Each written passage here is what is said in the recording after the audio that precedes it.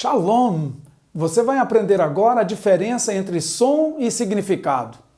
Há certas palavras que têm o mesmo som, mas com significados diferentes. Vejamos o Salmo 100, verso 2 a 4, que cantamos na aula passada. Bo lefanav birnana du ki Adonai hu Elohim hu asanu velo anachnu amo vetzon marito la la la la la la la la la la la la la la la la la. Bo she'arav betoda chatzrotav bitila hu asanu velo anachnu amo vetzon marito la la la la la la la la la la la la la la la la la. O la la la, né, não faz parte do texto, né, é claro, mas dá ajuda na melodia. Se você leu diferentes versões deste salmo, conforme sugeri na aula passada, percebeu que uma versão traz "Ele nos fez e dele somos", e outra "Ele nos fez e não nós". As duas traduções diferem uma da outra, mas ambas são verdadeiras. Foi Deus quem nos fez, não fomos nós quem nos fizemos. É verdade também que não somos de nós mesmos, somos dele.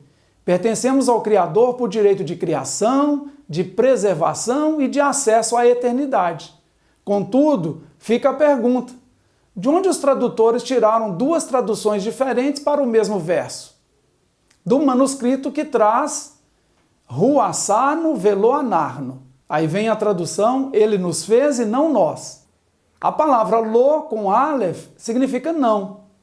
Do manuscrito que traz Hu asanu velo anachnu, vem a tradução "Ele nos fez e dele somos".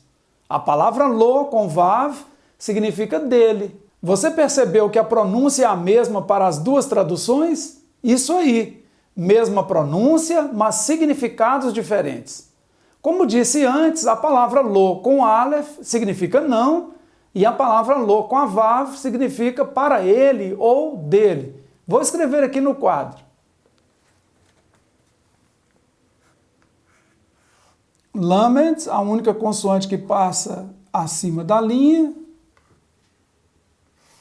Consoante vav, consoante aleph, já estou pensando no segundo exemplo. Lo é não, um advérbio de negação. Consoante lamed, agora sim, com a vav, temos lo, para ele. Há aqui um problema de homofonia. Um copista ouviu velo e escreveu e não. Outro copista ouviu velo e escreveu e dele. Há estudantes que confundem fonética com significado, com semântica. Por isso, separamos esta aula para brincar de traduzir.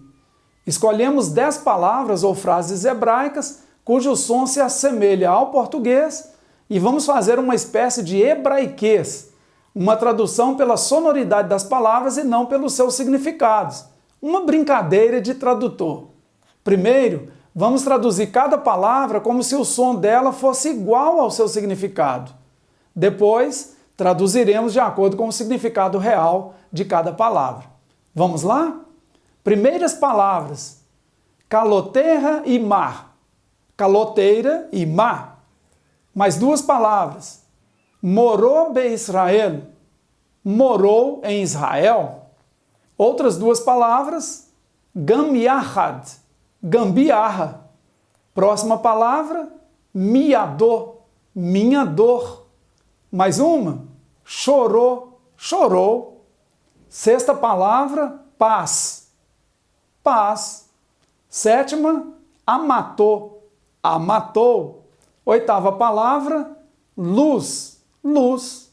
Nona palavra: cavar. Cavar. 10ª palavra: amora. Amora. É claro que o som dessas 10 palavras ou frases nada tem a ver com o significado delas. Vamos aos significados reais? Caloterra e mar. suas noras com ela. Morou be Israel, seu professor em Israel. Gam yahad, também juntos. Miadou da mão dele. Chorou o touro dele. Paz, ouro puro. Amatou a sua serva. Luz, amendoeira, antigo nome da cidade de Betel. Cavar, ele sepultou. E Amora, Gomorra. Não é interessante?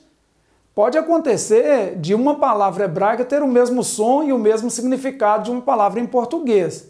E isto é raro na Bíblia, mas acontece bastante no hebraico moderno. Escute estas 3 palavras modernas e diga um possível significado para elas. Televisia, rádio, universita. Se você traduziu como televisão, rádio e universidade, acertou todas. Saber pronunciar bem os sons evita cacofonias. Por exemplo, em lugar de se dizer por cada cidadão voluntário, é preferível dizer cada cidadão voluntário. Homens de pouca fé por homens de pequena fé. Até alguma tradução da Bíblia faz isso, essa correção. Isso me faz lembrar quando morei no país de Gales, quando fazia meu mestrado em estudos bíblicos e hebraico bíblico avançado. Numa bela manhã, um amigo galês veio dar uma notícia muito interessante, muito importante, que ele sabia que me alegraria, que um jogador brasileiro acabava de ganhar o título de melhor jogador do mundo. Meu amigo não fala português, mas com toda alegria, com todo carinho que você possa imaginar, ele me disse: Kaka acaba de ser eleito o melhor jogador do mundo. Veja que um som fora de lugar pode mudar até o significado das palavras. Como eu conhecia bem o jogador, compreendi exatamente o que o meu amigo estava me comunicando. É para evitar cacofonia, por exemplo, que mencionamos sempre o nome Adão antes de Eva, quando dizemos Adão e Eva. Os sons, eles são muito importantes em uma língua, mas precisamos ter esse cuidado com cacofonias, como diz. Os poetas da Bíblia, por exemplo, usaram os sons para comunicar melhor a mensagem de Deus a nós. Repetiram certos sons consonantais para dar uma musicalidade ao texto. Veja e ouça o Salmo 122:6. Sha'alu Shelom Yerushalayim Ishlau Ohavair. Você percebe a repetição dos sons sh e le, shin e lamed? Então, isso dá uma musicalidade ao texto, ajuda na memorização. Sha'alu, Shelom, Yerushalayim, Ishlau, Ohavair. Agora, um exemplo de assonância do uso do som de vogal para dar também uma musicalidade ao texto. Leia e escute Isaías 1:21. Erra, Hayetá, Lezoná, Kiriá, Neemaná.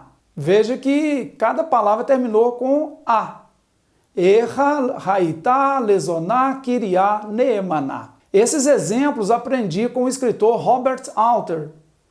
Atenção para não confundir o som das palavras com seus significados.